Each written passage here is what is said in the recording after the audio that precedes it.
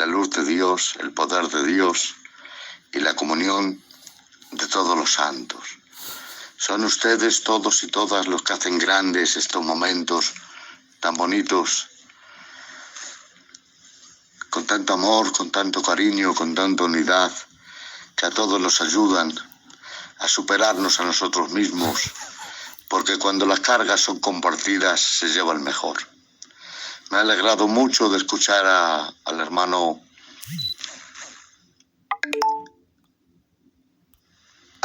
Amador orando, que Dios te bendiga mucho, Amador. Y el hermano Carlos Losada, que Dios te bendiga, varón de Dios, ungido por Dios, de verdad que sí. Y el hermano Raúl de Valladolid, gran predicador, gran pastor, un anciano desde niño, nos conocemos, y de verdad que es un varón de Dios de los pies a la cabeza, que siempre me ha enseñado mucho y me ha edificado mucho. Espero que Dios bendiga a todos los obreros de España, a todas las iglesias de España, a toda dirección de España, a todos los jóvenes de España, y que Dios tome a esta nación en sus manos, la modele conforme su voluntad y la unja con el poder del Espíritu Santo. Bueno, y en esta noche, en estos días que estábamos meditando en la palabra y orando un ratito, pues había recibido del Señor unas cuantas de palabras que espero que les sean a ustedes de bendición como a mí me han sido. Pero sí te pido a ti, Esteban, que no te muevas de ahí, que te necesito, hermano, te necesito mucho, para que moderes como tú sabes hacerlo. Cuando los hermanos o hermanas no puedan escuchar, pues tú interrumpes todas las veces que sean necesarias y volveremos a conectar la palabra para que nadie se quede sin la palabra bendita de Dios. Y desde aquí envío un beso muy grande a ese niñito que han trasplantado y deseando su recuperación. Y si Jesucristo tarda en venir, que Dios lo tome como un obrero de su casa. Que así sea en el nombre del Señor Jesús. Y a todos los enfermos, desde aquí os mando una palabra de aliento, de cariño y ánimo, que con Cristo sí se puede. Bueno, y hoy me gustaría compartiros algo que es muy necesario, por lo menos para mí. Creo que esta palabra ha salido de una inspiración del Espíritu Santo, pero también de una anomalía que hay en mi vida y que yo necesito mucho lo que voy a hablar. Creo que la persona más necesitada sea yo. Y hoy voy a hablaros acerca de la palabra más hermosa. Y vamos a descubrir por qué es tan necesaria la templanza. Mi Biblia dice en el libro de Gálatas, en el capítulo 5 y versículo 22, cuáles son las obras de la carne y cuáles son las obras del Espíritu. Y yo hoy he querido meditar sobre la palabra última, que es un fruto del Espíritu, que se llama templanza. ¿Qué piensa usted que es la templanza? ¿Por qué usted cree que necesita la templanza? ¿Y por qué debemos de pedirle al Espíritu Santo que nos llene de este fruto del Espíritu? Antes de poder entrar en la palabra templanza, le voy a hacer a usted una pregunta. Todas las cargas que hay en tu corazón, todas las heridas que hay en tu corazón, todas las aflicciones que hay en tu vida, ¿de dónde cree usted que es su origen? Bueno, habrá personas que digan, de tantos problemas que tengo, que este mundo y mi vida propia me origina, y lleva usted razón, porque así lo expresó el Señor Jesucristo, cuando dijo, de donde tú vives, de donde tú eres, tendréis aflicción.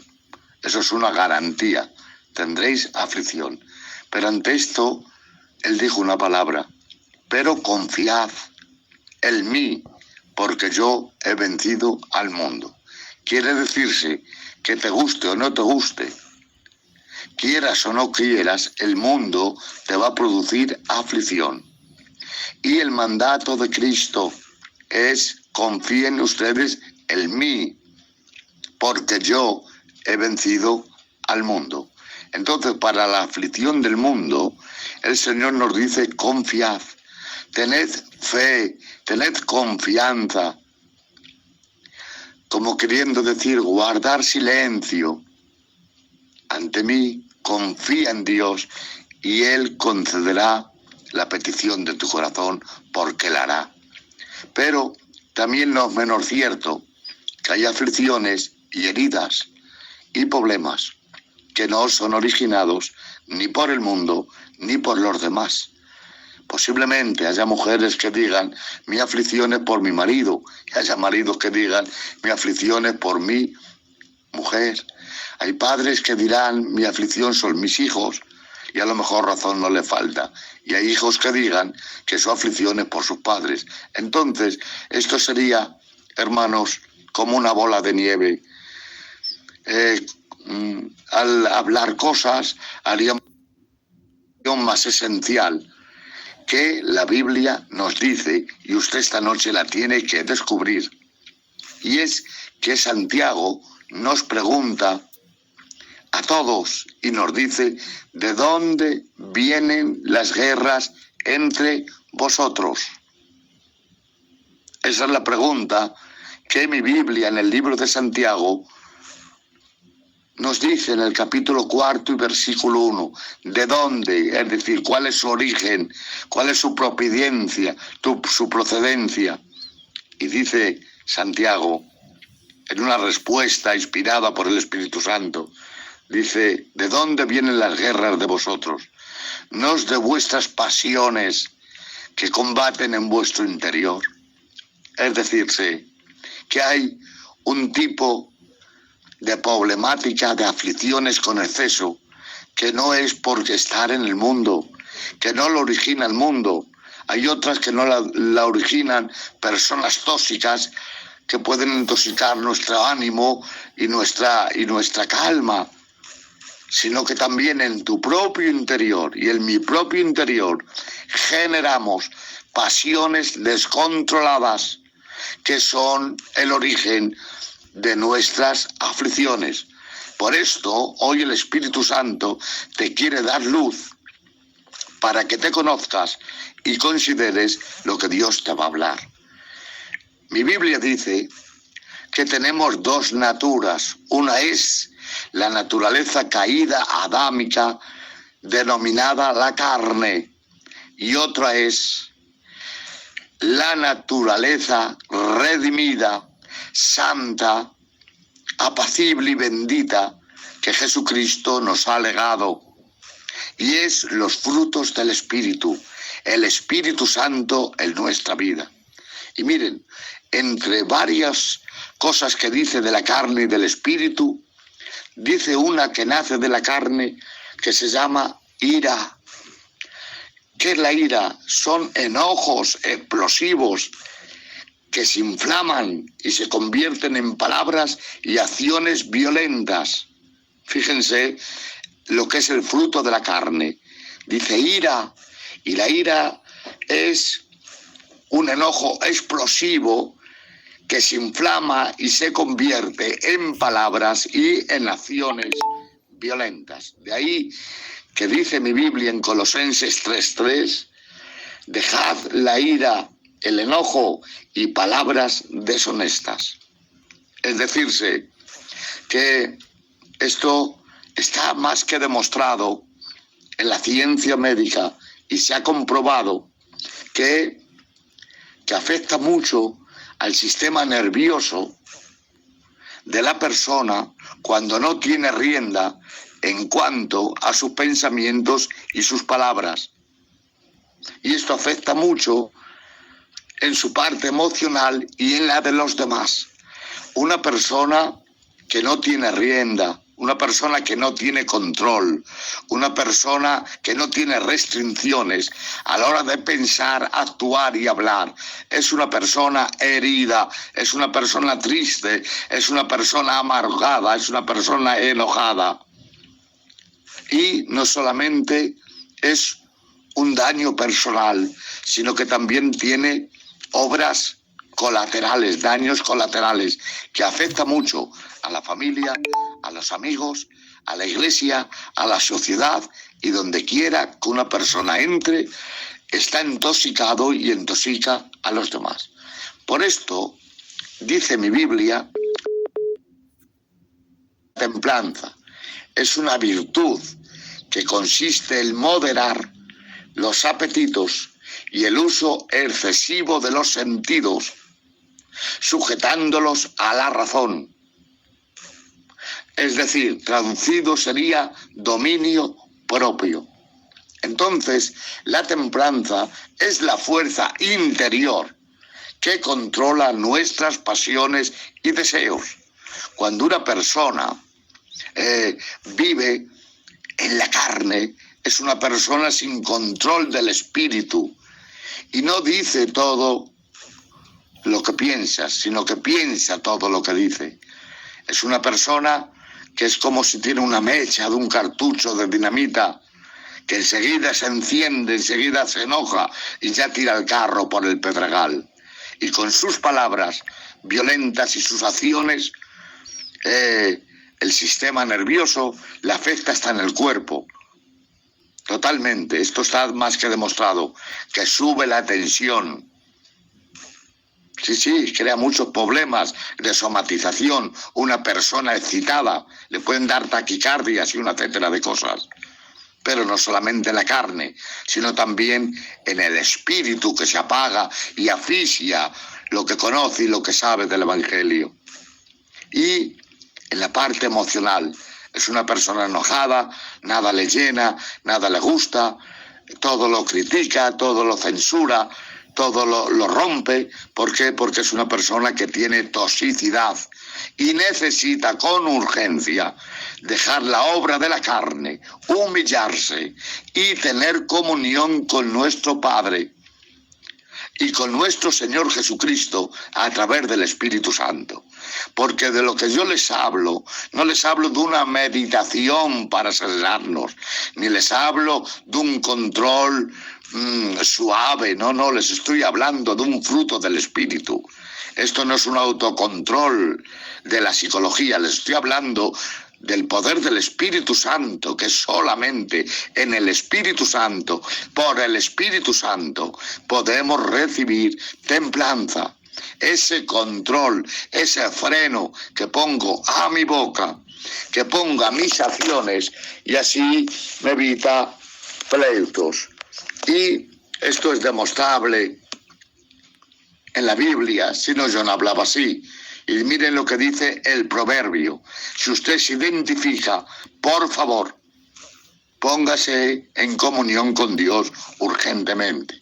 Dice mi Biblia en el proverbio 25, 28, dice, como ciudad derribada y sin muro es el hombre cuyo espíritu no tiene rienda. ¿Por qué dice esto? Porque antes las ciudades de la antigüedad estaban amuralladas para protegerlas de los enemigos. Nadie podía salir y nadie podía entrar cuando las puertas se cerraban. Y así también en nuestra vida. Nosotros no podemos tener la puerta abierta de nuestras emociones y de nuestras actitudes, porque dice mi Biblia, el que abre mucho su puerta busca su ruina. Entonces, cuando una ciudad no estaba amurallada, quiere decir que estaba desprotegida. Y un creyente que no tiene dominio propio, que no tiene el fruto del espíritu de la templanza, es muy débil, muy vulnerable, es una puerta abierta para enseguida se descontrola ante las pasiones, se descontrola ante la ira y convierte todo en palabras deshonestas, convierte todo en actitudes carnales, y es un hombre y una mujer, pues como una ciudad derribada que no tiene muro. Así es el espíritu del hombre que no tiene rienda. Por eso, el Espíritu Santo, por medio de la comunión, de la oración, de la meditación de la palabra, de la comunión de los santos, de los consejos de nuestros pastores, responsables y obreros, nos va modelando al carácter de Jesucristo. Hermanos, un hogar cuesta mucho formarla en una vida honesta delante de Dios y de los hombres. Una amistad cuesta mucho cultivarla. Un matrimonio no nace, un matrimonio se va haciendo con el tiempo. Y por una explosión de ira, una obra de la carne, no se puede venir abajo una amistad, no se puede venir abajo un matrimonio, no se puede derribar un hogar. No, tenemos que poner murallas, muro y antemuro. Y para esto necesitamos saber lo que digo, dónde lo digo y a quién se lo digo. Saber lo que hago, saber lo que no debo de hacer y saber lo que debo de hacer en todo momento. Porque, miren, una mujer es muy importante en una casa. Muy importante, de verdad que es muy importante. Y el Señor dice, la mujer sabia edifica su casa. ¿A qué se refiere una mujer sabia? No dice que tenga una carrera, no dice que sea una mujer versada ni superinteligente. Dice que sea una mujer honesta, pura, noble y llena de amor. Y esa es la sabiduría verdadera. Y esa mujer sabia es la que sabe controlar las conversaciones, es la que sabe controlar a sus jóvenes cuando están alterados. Y todo esto edifica su casa. Dice, más la necia. ¿Quién es la necia? No quiere decir que sea una torpe, porque si fuera un pecado ser torpe, yo estaría en pecado, ¿vale? No dice la necia que sea una torpe, quiere decir una persona falta de razón. Y con una persona falta de razón es muy difícil construir una casa, es muy difícil construir una amistad, es muy difícil construir una vida pura y digna. Y una de las cosas que hace la templanza es que sujeta los sentidos a la razón. Cuando yo no soy razonable, entonces soy como una bestia que no tiene entendimiento.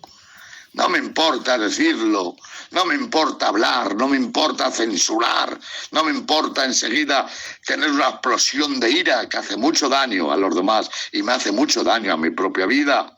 Entonces, primero hay que ser razonables, prudentes, porque miren qué consejo precioso nos da el Proverbio 16, versículo 23. Dice que la templanza es el poder de tomar decisiones sabias. Y miren lo que hace. Dice, el corazón del sabio hace prudente su boca y añade gracia a sus labios. Pero añade más. Dice, panal de miel son los dichos suaves. Suavidad suaviza el alma y le trae medicina. Ay, Dios mío, qué importante. Usted necesita dulzura y medicina. Usted no necesita veneno, ni necesita explosiones. Usted necesita, yo necesito, panal de miel y medicina. ¿Cuántas personas heridas, cuántas personas frustradas, cuántas personas con sentimiento de culpa, cuántas personas anuladas por tantas palabras fatídicas que oyen y otros que las dicen o las decimos? Por lo tanto, templanza para saber hablar lo que conviene a los santos, porque el creyente no solamente es lo que hace, no solamente es donde está, también es lo que habla. Es muy importante tener un dialecto cristiano. Por eso dice mi Biblia, dice, sean sazonadas con sal vuestras palabras. Nosotros no podemos hablar palabras deshonestas, hermanos. Nosotros no podemos golpear con nuestra boca. Nuestra boca tiene que ser de bendición para adorar a Dios y para bendecir a los demás. No digo negar la verdad, no digo ser sincero, no me refiero a eso. No digo ser un consentido. La verdad siempre tiene que estar en nuestra boca, pero tenemos que saber hablar con ufonismo, con prudencia, porque las palabras del sabio hace prudente su boca. Y no solamente esto, sino que hay un panal de miel y también hay una medicina. Y como he dicho antes, una persona que se altera tanto en su sistema nervioso, a lo mejor está tomando medicaciones por los nervios, los dichosos nervios que se agarran al estómago, que se agarran al corazón, que se agarran a la cabeza y duele mucho el cuerpo. Bueno, pues hay muchas de esas enfermedades que no tiene usted los órganos enfermos. El problema lo tiene usted en que usted no tiene dominio, no tiene templanza. Y la templanza nos sirve para regular. Y es una fuerza interior que controla nuestras pasiones, nuestros deseos y modela. Es una virtud cristiana que modela nuestras palabras, nuestros pensamientos y nuestro carácter. Cada uno tiene su carácter y eso es respetable, pero el carácter se tiene que estar modelado por la templanza. Entonces, como pastor que soy toda la vida, muchas veces me he echado las manos a la cabeza de personas mayores de los hogares que mal han hablado. Cuando ha habido un problema, a lo mejor de un matrimonio, de jóvenes nerviosos que se han querido separar, o chicos y chicas que se gustaron y estaban pedidos. Bueno, y los jóvenes como jóvenes, pues a veces toman decisiones erróneas porque va un poquito con la edad, son problemas de juventud. Pero cuando hay una madre, cuando hay un padre, cuando hay una familia de personas mayores, quiere decirse que tienen controladas sus violencias, que tienen controladas sus palabras, que hablan, pero saben hablar. Y calman a los jóvenes, los llevan a la reflexión, los llevan a la serenidad, los llevan a la templanza. Y cuando una persona no tiene nervios, cuando una persona no está eufórico, ni el sistema nervioso está, como solemos decir, que se sube por las paredes, entonces se puede razonar, se puede arreglar las cosas, porque todo tiene arreglo. Que Dios bendiga mucho a nuestros queridos ancianos que tanto bien nos han hecho con sus palabras, que han evitado tantas cosas, que han evitado tantos palos. Miren, el otro día, ay Dios mío, el cielo es un poquito más bonito, hermano. Entró allí un siervo de Dios,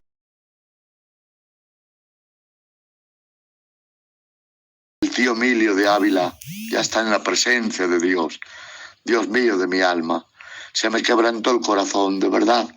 Y cuando escuché la noticia se me caían las lágrimas, pero bien lo sabe Dios que no era de sufrimiento, era un poquito recordando este hombre, cuánto bien ha hecho, hermanos, juntamente con otros ancianos en Castilla y en toda España. Cuántos matrimonios hoy viven por el consejo sabio de estos ancianos, juntamente con otros ancianos de Valladolid. Que Dios los bendiga a todos, y otros hermanitos de toda España. Y recordaba a este hombre, digo, Dios mío, cuántos matrimonios hoy viven por el consejo de este hombre. Cuántos palos, cuántas guerras han quitado. Y él era un siervo de Dios precioso, un hombre lleno de fe, un soldado de Cristo maravilloso, al que yo admiro y admiraré toda mi vida. Y ya ha entrado en la casa de Dios. Dios mío, ya está en la eternidad viendo a su Señor. Creo que merecía y necesitaba descansar en la presencia de Dios. Y espero verle, de verdad que espero verle en la eternidad. Y cuando hay estos hombres así, los problemas grandes los hacen pequeños. Al fuego le añade el más fuego. Por eso te voy a desear una cosa. Ojalá Dios, que en el día de tus conflictos te encuentres con una persona con templanza, que te sepa aconsejar y aconsejar bien. Porque si tienes un mal consejero, una persona iracunda, te va a levantar la ira y te va a hacer más grande el problema, porque siempre te va a llevar a la violencia. Pero Dios te dé una persona con templanza, que te va a modelar, te va a tratar y te va a quitar la ira y te va a poner templanza. Qué importante es la templanza, hermanos. No dejarse llevar por el sistema nervioso ni por las pasiones que a veces, como dice mi Biblia en el libro de Santiago, ¿de dónde vienen las guerras entre vosotros? Dice: ardir de envidia, deseáis y no tenéis, pedís y no recibís porque pedís mal. Qué malas son las pasiones de la carne, que me llevan a la ira, que me llevan a la herejía, que me llevan al pecado, que me llevan a la destrucción, que me llevan a la carnalidad. Y qué mal sabe la carne, cuánto daño hace la carne, que Dios humille la carne. Y dice mi Biblia: mas el fruto del Espíritu, gozo, paz, benignidad, amor, mansedumbre, y acaba con un broche final: templanza, sobre todo dominio propio. Tenga usted dominio propio. Si usted se sabe dominar sus estados de ánimo, usted ya tiene una batalla ganada. Porque si usted tiene templanza, aunque usted, mujer, tenga un marido nervioso, lo va a saber frenar. Si usted tiene templanza, va a saber llevar a sus hijos con paciencia al buen camino. Si usted tiene templanza, usted va a ser una persona prudente y sabia, que le va a traer muchas bendiciones, porque la templanza controla mis pasiones desordenadas, modela mi carácter y las palabras de mi boca. ¿Y qué ejemplo podíamos tomar? ¿A quién podíamos poner de ejemplo hoy? ¿A quién les parece a ustedes que pongamos de ejemplo? ¿Algún rey? ¿Algún profeta? ¿Algún apóstol? ¿Algún discípulo? ¿A quién ponemos de ejemplo? Bueno, pues permítanme ustedes poner de ejemplo el más grande, al que más nos enseña, al que más vale, al que más sabe y al que siempre habló y enseñó con lo que hablaba y con lo que hacía. Y admírense, por favor, admírense ustedes para darle la gloria, la honra, la alabanza y toda la pleitesía a nuestro amado Señor Jesucristo, que desde aquí le enviamos todos un fuerte beso, un grande abrazo y nuestra máxima admiración a su real y bendita persona. Y le vamos a hablar donde todos nosotros ponen entre la espada y la pared, cuando nos están acusando de cosas injustas, cuando nos están faltando el respeto, cuando nos están avergonzando, cuando nos están abochornando, cuando nos están flagelando espiritualmente. Ahí muy poquitas personas tienen capacidad de dar la talla. Yo le pido a Dios que me evite Dios esas ocasiones, porque no me veo capacitado, hermano. Y sabes, cuando me pisan el callo, ay Dios mío, cuando me quitan la razón, cuando me humillan, cuando, ay Dios mío, me hacen heridas y ponen el dedo en la llaga, ¿cómo reacciono? ¿Con templanza o con ira y enojo explosivo? ¿Cuál es mi reacción? Me sé callar cuando tengo razón para poder hablar.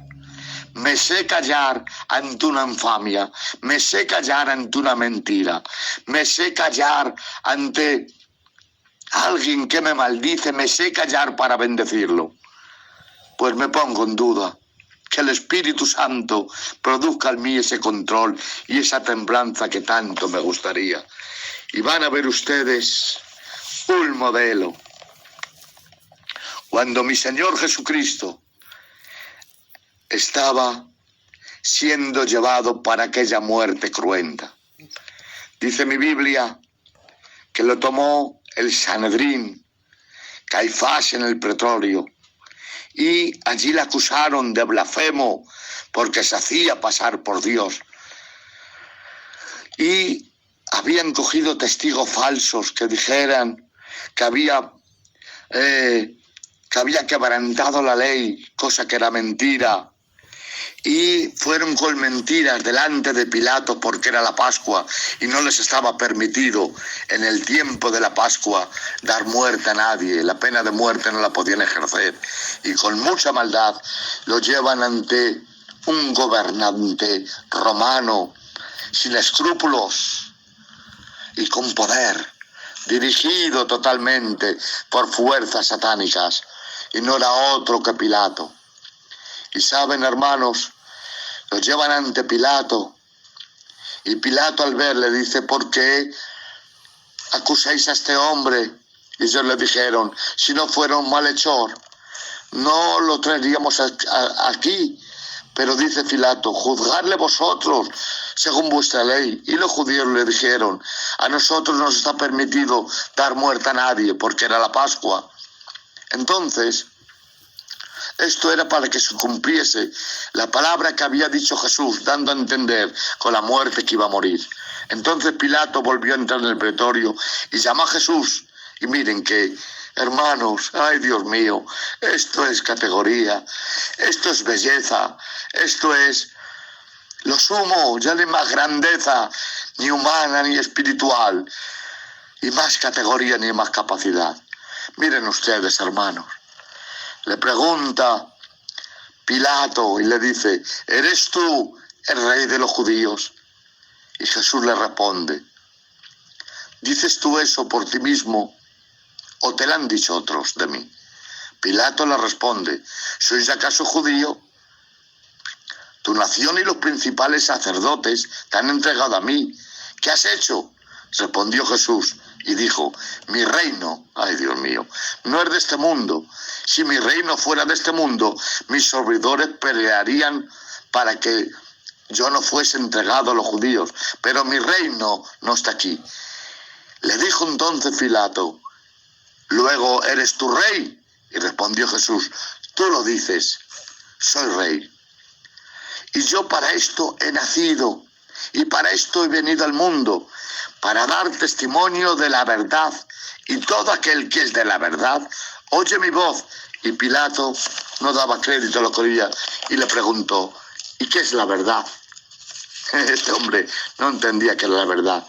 Y cuando hubo dicho esto, salió otra vez a los judíos y dijo: yo no hallo ningún delito en este hombre. Pero vosotros tenéis la costumbre de que os suelte uno en la Pascua. ¿Queréis pues que os suelte al rey de los judíos?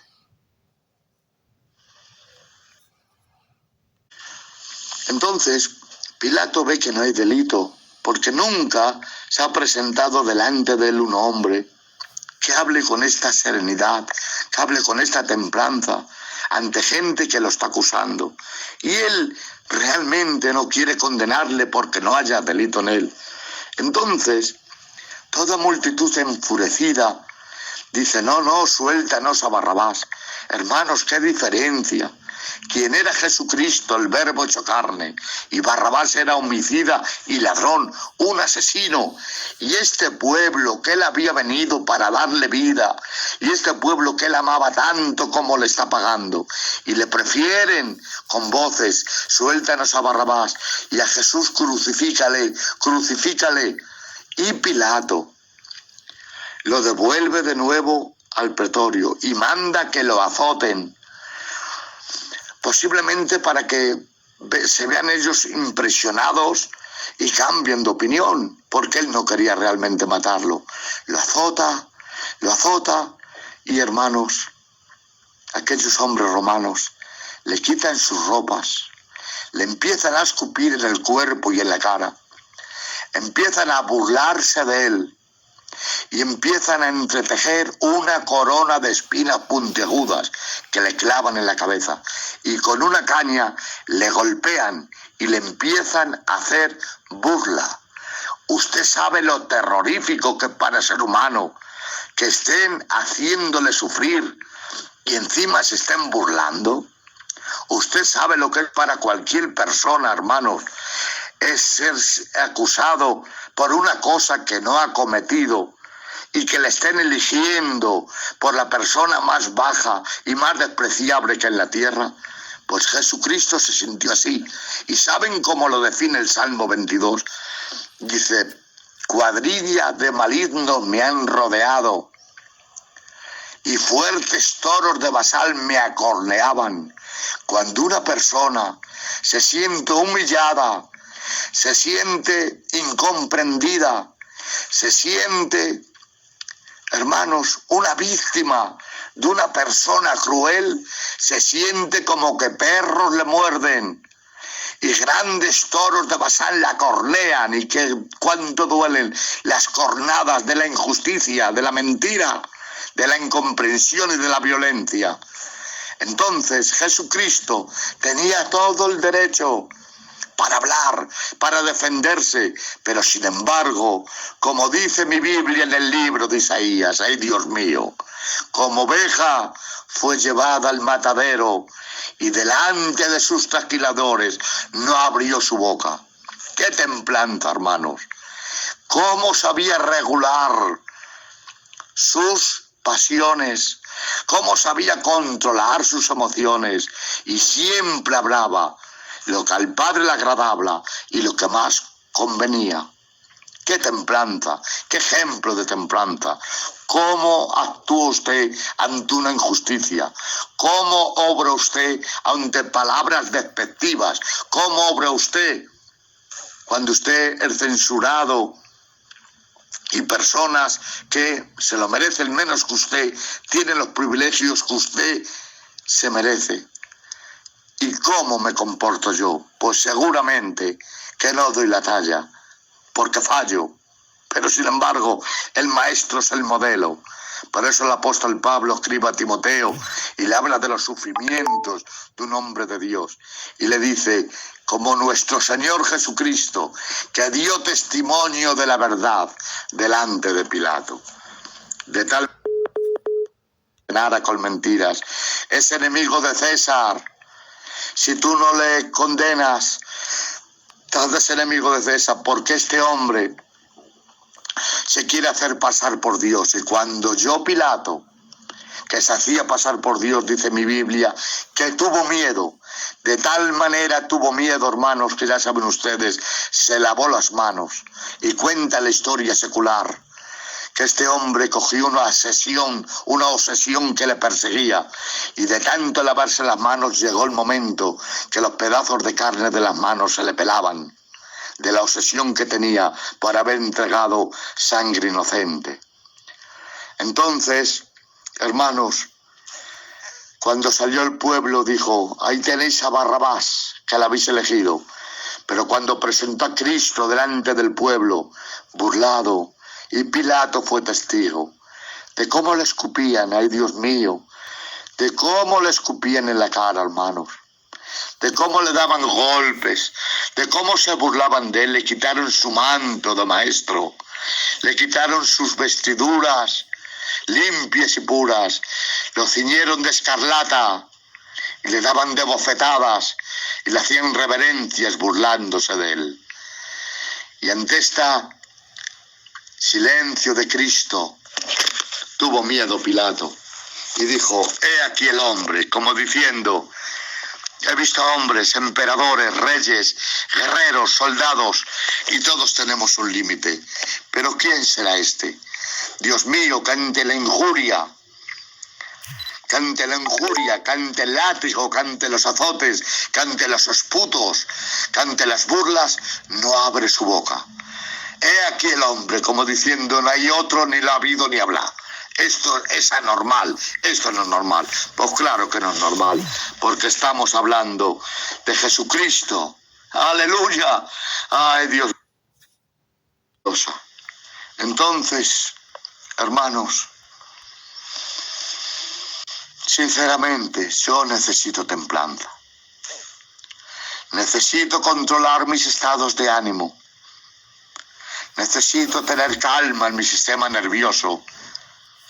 Necesito tener prudencia en mis palabras. Necesito saber parar mis pasiones. ¿Sabes por qué? Porque una persona que no tiene freno Mi Biblia dice, cuán grande bosque enciende un pequeño fuego. ¿Por dónde vienen los grandes fuegos, hermanos?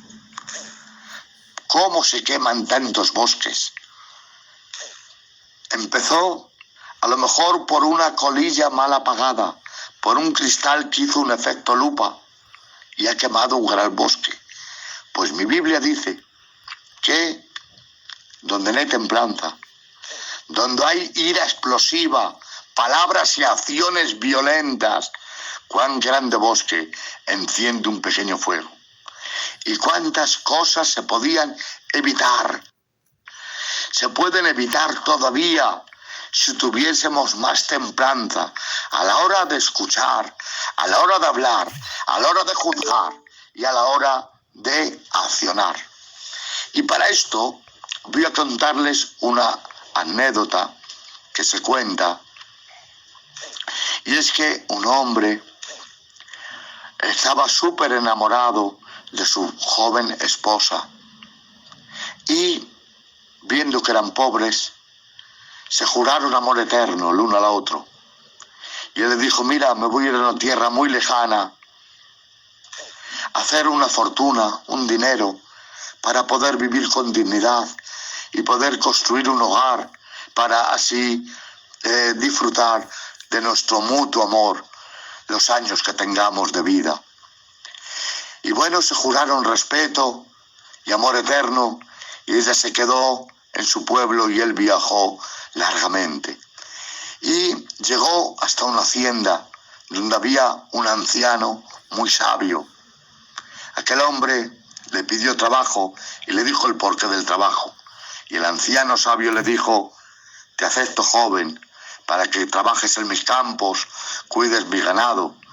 Y le dijo el joven: solamente le voy a poner a usted una condición, que no me retenga aquí cuando yo me quiera marchar a mi pueblo. Y le voy a pedir otra cosa: usted no me pague nada, solamente deme para comer, para beber, y todo lo que gane usted lo acumula para el día que yo crea que ya tenga el dinero suficiente para irme a mi ciudad con mi joven esposa. Y llegaron a este convenio. Trabajó mucho, y cuando llegó el tiempo, él, donde su joven esposa, habían pasado muchos años, y le dijo aquel anciano: anciano, es la hora de mi marcha. Le pido que me dé usted todo lo que crea justo que me he ganado, y me despido. Y aquel hombre anciano le dijo: sí, joven, tienes todo derecho, pero te voy a hacer una proposición, medítalo en esta noche y por la mañana me lo dices. La decisión que tomes la voy a respetar.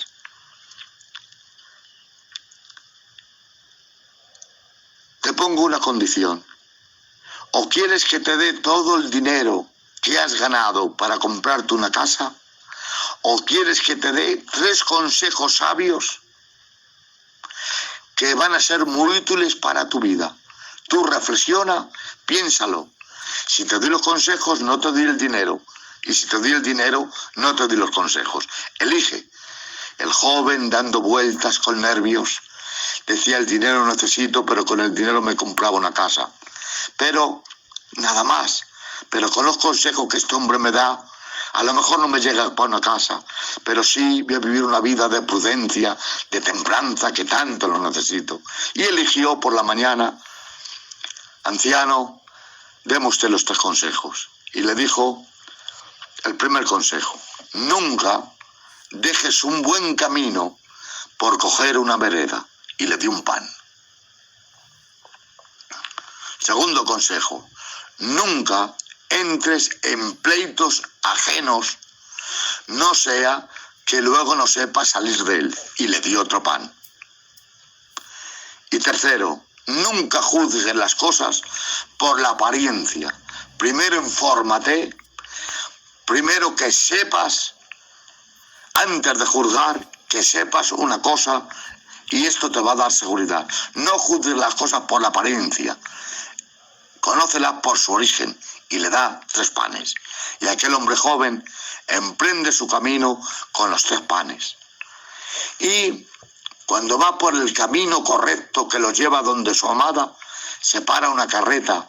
Le dice: joven, ¿dónde vas? Dice: pues voy muy lejos. Pues mira, nosotros conocemos una vereda que vas a llegar más pronto. Por aquí, móntate en el carro y el viaje que tú vas a hacer en días lo vas a hacer en horas. Móntate aquí. Y aquel hombre joven, acordándose del primer consejo, que no dejara el buen camino por veredas, le dijo que no. Se sentó y se comió un pan.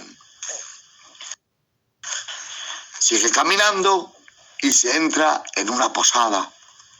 En aquella posada va a descansar porque le queda mucho viaje. Cuando está durmiendo,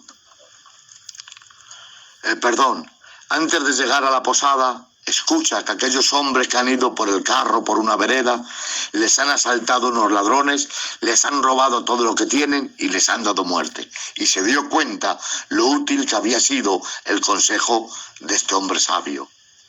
Cuando llega a una posada para descansar, escucha los alaridos de una mujer y hace un intento de abrir la puerta para ir a su habitación para ayudarle, pero recordó el consejo: no te metas en pleito ajeno, no sea que no sepas saber de él.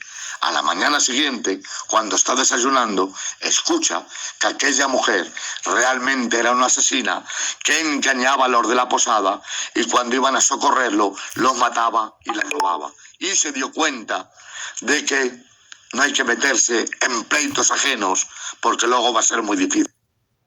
Y el tercero es que cuando va llegando a su pueblo, que ya hace muchos años que no ve a su amada, la dejó siendo una jovencita, y la ve desde lo lejos acariciando a un joven. Ay, Dios mío, esto le rompe el alma. Esto no da crédito a lo que ve. No puede ser. ¿Cómo? ¿Cómo esta mujer ha roto un amor tan grande? ¿Cómo en mi ausencia está acariciando a otro hombre joven? No puedo tolerarlo. Tantos años de espera, tantos años de fidelidad, tantos años de esfuerzo. Así no me puede pagar. Esto es tremendo. Dice: ya sé, no le puedo perdonar. Con este cuchillo la voy a traspasar y lo voy a matar. Y cuando va eufórico, en una pasión desorbitada para quitarle la vida, sin embargo, escucha el tercer consejo en su corazón: no juzgues las cosas según la apariencia, conoce su origen. Se acerca a ella y cuando lo ve la mujer, con unos ojos llenos de amor y de luz, se tira a su cuello y no deja de besarlo. Amado, tantos años esperándote. Y este hombre triste le dice: pero ¿cómo me has podido hacer esto? ¿Cómo estás abrazando a este joven? Dice: mira, era una sorpresa. Cuando tú te fuiste de aquí, este niño es nuestro. Yo estaba embarazada de este niño y le he educado, le he cuidado tanto, le he hablado tanto de ti. ¿Qué es este? Nuestro hijo. No es un amante, es nuestro hijo.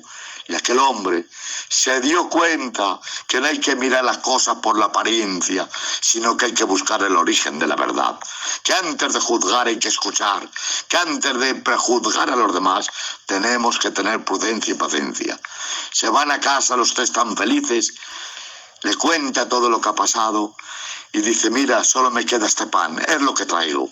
Cuando abre el pan, dentro del pan está todo el dinero, absolutamente todo el dinero que este sabio le había guardado. Y aquel hombre se dio cuenta que en la templanza, que en la sabiduría están todas las riquezas. Las riquezas estaban dentro del pan. Y esta anécdota para ustedes y para mí es que si fuésemos más prudentes, si tuviésemos templanza, si dejáramos las explosiones de la ira que no nos llevan a nada, solamente a la enemistad, a llorar, a padecer, a censurarnos, a tener alteraciones en el corazón, en el cuerpo y en el espíritu, si llegásemos a la templanza, a la calma, a la serenidad, cuántas cosas arreglaríamos, cuántas cosas evitaríamos, cuánto bien nos haríamos a nosotros y cuánto bien haríamos a los demás. Esta es la reflexión que el Espíritu Santo ha puesto en mi vida. Y permítanme, antes de que ustedes puedan hablar o emitir sus respuestas o sus preguntas o sus opiniones, hacer una oración con todo mi corazón, pidiéndole a Dios que el bueno del Espíritu Santo produzca en nosotros dos cosas. Una, que arranque la ira y que Dios nos llene de templanza. Señor, es en el nombre de Jesús. Te ruego, Padre, por mí el primero y por todos los que están escuchando la palabra.